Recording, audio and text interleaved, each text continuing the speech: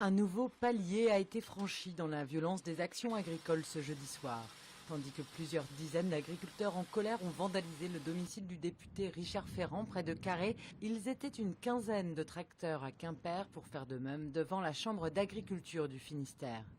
Vieux pneus, lisiers et débris en tout genre, si la méthode ne surprend plus, la cible est moins habituelle. Non, sur la cible, c'est clair, je pense qu'il y a une erreur de casting, puisque c'est pas la chambre d'agriculture qu'il faut taper, puisque justement la solution doit venir aussi en partie de la chambre d'agriculture. C'est un peu taper tellement de détresse que ça tape un peu à gauche à droite, et à un moment donné ou à un autre, ça peut s'égarer, c'est ce qui s'est passé l'année dernière. Un égarement que comprennent les membres du bureau de la Chambre d'agriculture. Pour eux, ils ne sont pas visés directement. C'est un signe supplémentaire du désespoir ambiant.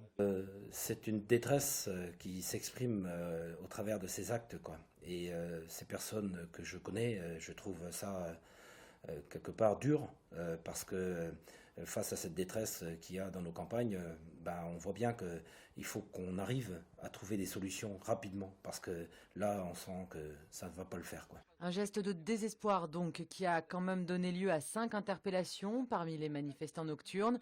Un agriculteur accusé d'avoir chargé des CRS avec son tracteur a été relâché dans la journée. En fin d'après-midi, les 4 autres, accusés de dégradation, ont également été relâchés. Elle est trop parce qu'à un moment, moi aussi, si c'est pour entendre ça, moi je dis on dégage tous. Parce que si c'est pour entendre ça, c'est fini.